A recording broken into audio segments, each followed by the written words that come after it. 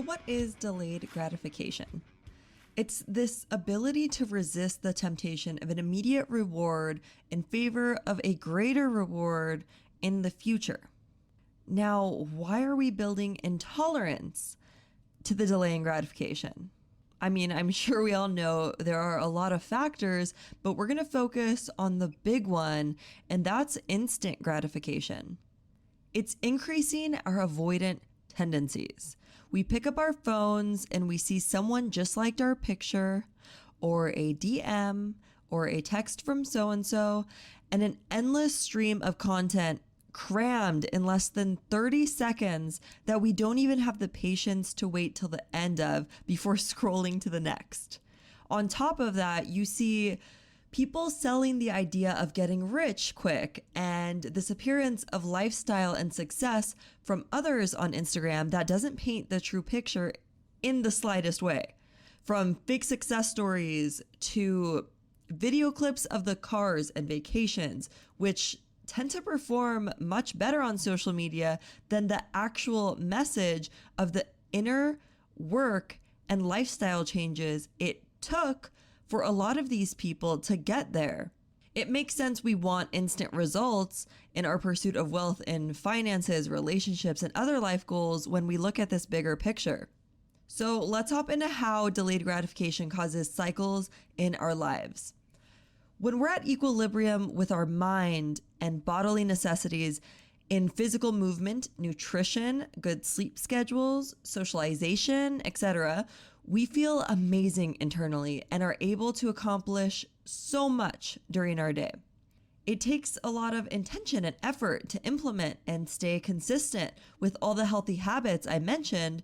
And once we get ourselves feeling good, it can be easy to forget all the energetic investment it took to get the output of this feel-good state. So we might unintentionally start taking it for granted.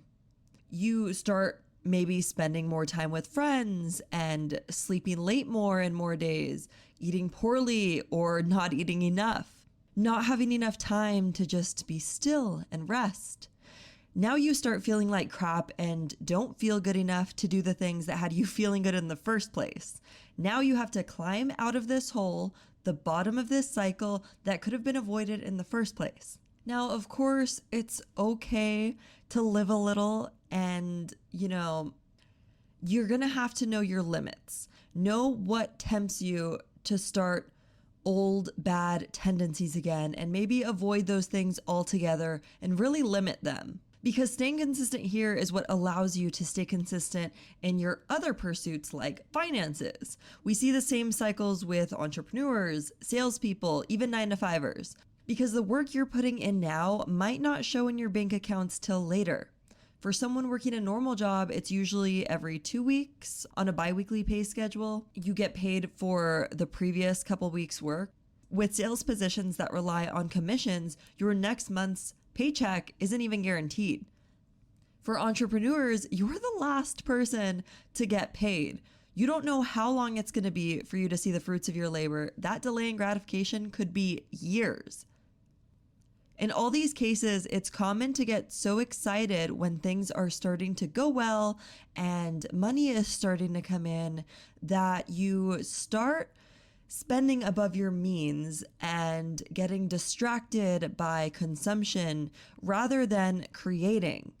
You start slacking and no longer put in the same work that got you those results, and all of a sudden business is slow or you have a bad month in sales and you're wondering why. Maybe you get fired for not doing your job as well. Maybe you miss out on a promotion, or maybe you're so distracted you don't see opportunities for career growth that are popping up in front of you. However you are required to show up, you have to keep showing up and remember that the fruits you're seeing now took time and effort in the present tense that happened to have occurred in the past. You have to continue the actions in the now, the actionable present. And maybe you're stuck because you haven't seen the fruits of your labor the way you imagined to instantly, so you just want to give up. Don't. As we see in the studies of evolutionary psychology, when we don't know when these long-term rewards are going to arrive, or if they're even going to arrive at all, it makes delaying gratification way harder. Expecting instant gratification from what you've seen on social media can make this so much more likely that you won't be able to stick through those beginning phases of growing a business or evolving your career. But you have to remember, you can't fail if you don't give up. Everyone who's made it always says they didn't give up. That was the key to their success. They just kept going. And you know, all of this carries over to the concept of manifesting or creating the reality around you. Things don't always happen instantly. This need for instant gratification has people giving up on meditation and visualization so quick they never get to see how amazing it can be in creating change in your life. They immediately assume, oh, this doesn't work. I'm not going to do it.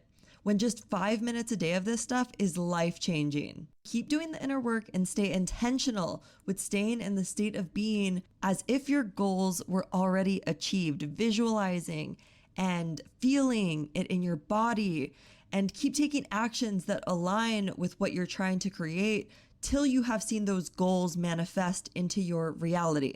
You have to stay consistent, because the cycles are just as prevalent here. Say you're meditating daily for a month and feel so amazing, then start drifting away from the practice, and now a month later, you're full of brain fog and lack clarity. Now you have to wait longer to see all the benefits of meditation again, which would not have slipped away in the first place if you had stayed consistent, grateful, and intentional with the purpose of each of your daily meditation sessions. Which basically brings me to the end here as I wrap up the topic. We've touched a little on how to avoid these cycles caused by the temptations of instant gratification in different areas of our lives. But what's the underlying solution? As I started to touch on right now, we can show gratitude for this reward that came from the actions of the past by continuing to put in the work necessary in the present to keep those rewards coming. We have to practice awareness that we might not see whatever the rewards of our actions were disappear right away, which can make it really easy to stop doing those things. We have to be aware of the moments that cause the low points of the cycle to come about. What are those things that tempt me? Where are my boundaries? We have to be intentional with why we are doing what we're doing and purposeful in each of these investments of energy. So now that basically brings me to the end. I think I've covered pretty much what I had planned to. And now I know this was packed with a lot of information, but I hope it was valuable in one way or another.